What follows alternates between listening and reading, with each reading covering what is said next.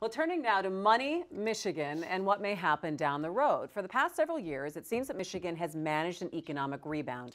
We have a balanced budget, we're spending a bit more on roads and education, but according to a new report from the Michigan Citizens Research Council, which is the state's oldest nonpartisan policy research organization, Michigan could be in line for some budget trouble when it comes to paying off promises like business tax breaks and roads from the general fund. Mix in a little bit of economic instability down the road and a big question mark by federal funds, and things get pretty tight. Eric Lufer is the president of the Citizens Research Council. He explains what they found in their report, what it all means, and what kinds of policy fixes that lawmakers should be looking for. In the last 5 or 6 years have been pretty good. Things have been growing in the state.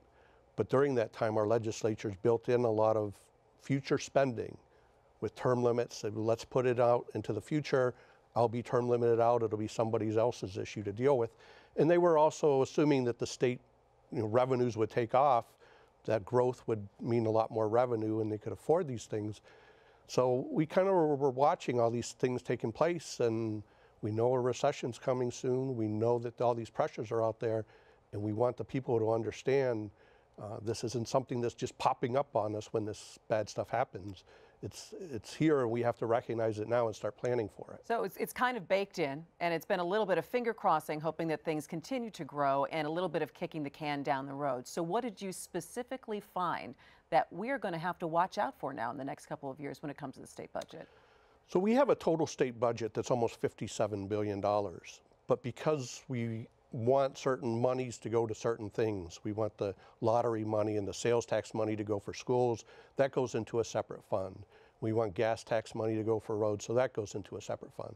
And what you're left with is a $10 billion fund that we call the general fund, right, that funds universities and Medicaid and revenue sharing for local governments and a lot of things like that, state police. So out of that $10 billion fund, we found that 20% of it, $2 billion, will be dedicated to tax credits, to the highway funding that was part of the 2015 package, to just a number of different things. So you're taking 20% out of the budget away, and now we know that there's a recession coming. I don't know when, I don't know how big or how bad, but it's going to make it very difficult to balance the budget going forward, and going to mean real cuts or a new tax to make up that difference. So that's what I was going to say. I mean, where is the squeeze going to be coming in? And then how palatable, though, is new taxes? I mean, we're always hearing that Lansing, well, we want to give people a break. Right. With this legislature, with the sort of conservative nature of the state, taxes thus far have been off the table. But it's going to take some hard choices when we get down the road.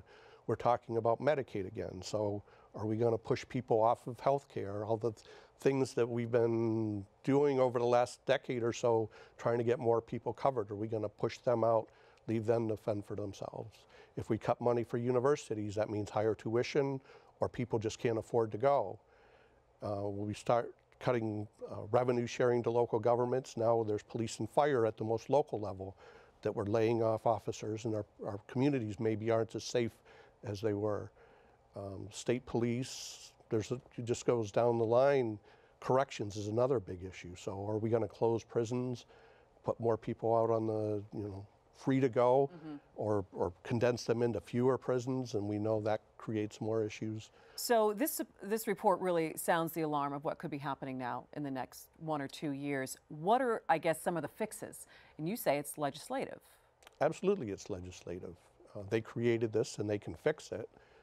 But it's recognizing now that we have these issues and planning for them going forward, not dealing with it in a crisis mode, and then things really get bad. So the fixes, again, should there be more revenue? Since our revenues didn't grow as much as we hoped over the last 5 or 6 years with the income tax and the use tax and our corporate income tax, should we find different revenue sources, or think about the rates being levied on those types of things?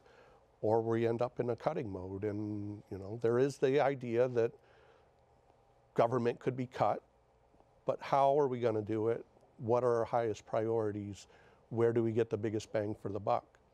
So when you issue a report like this, what kind of reaction have you been getting from lawmakers who take a look at this? And we've been getting a very positive response, both from the general public who's seeing these things and thanking us for it, from local government, communities who want to know what's coming so they can plan, be aware of it.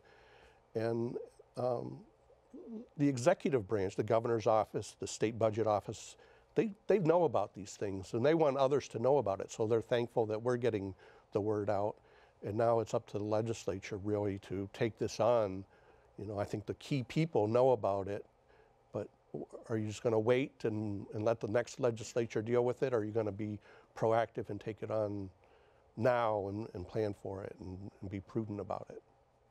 Busy furniture. All right, a little budget talk here. When I said that we're going to talk about the state budget, Yeah. Nolan said, can we eat some more peas and carrots, please? Can we get our vegetables? Can And we I strip the said, beds? you know, sometimes you Important. got to do a little work. That's all I have to say. Sometimes you have to do a little work. And, you know, we look and things have been going okay with the budget. And, you know, Eric talks about there, but it's this down the road that really lawmakers have to consider right now. So, and I'm going to ask you, Nolan, is it now is going to be this next generation, whoever's going to be coming in office next, are they cognizant of the problems that they could be facing? They're going to get stuck with the bill at every level of government. When you talk about, oh gosh, we've got to spend $300 billion in hurricane relief, but we're not going to set any other spending priorities. We're just going to put it on the credit card. That's them paying for it. In Michigan, when we say, you know, we're not really going to put any money into infrastructure this year, that's the kids paying for it in the future. I don't know how we're going to get through it. Now, Rick Snyder came into the office. He started paying down some of the long-term bond obligations. That's still underway. That's a long-term project. He says by 2035, this state will be in pretty good economic shape. I hope that's true, but this report suggests we've got some really serious headaches ahead of us. You have two major drains on the general fund right now. One is the business tax incentives from the Granholm administration, which are now coming due, and each year we don't exactly know how much it's going to be, but there's a lot of that stuff just sitting out there for waiting for people to claim. The other is the $800 million tax break, or the $1.8 billion tax break that that Governor Snyder gave to businesses when he came in. There's nothing wrong with tax cuts or tax incentives if you pay for them. The governor tried to pay for his by cutting services that help inspire growth. So 15% cut to higher ed budget says you're not going to create the college grads who are going to help build the economy. We're doing it all sort of the wrong way. We've got to have policymakers think about what's that short-term investment, maybe a sacrifice, that yields the kind of growth that makes it so that we're not worried about it. Well, I think the governor is paying for the tax cut, paying for it with growth. We are a state that's growing, and our revenues you look are growing. at it, well, if you look at the holes that are showing up right now each year in the budget, and that we're having to find either new revenue or new cuts to fill, those are a result of the.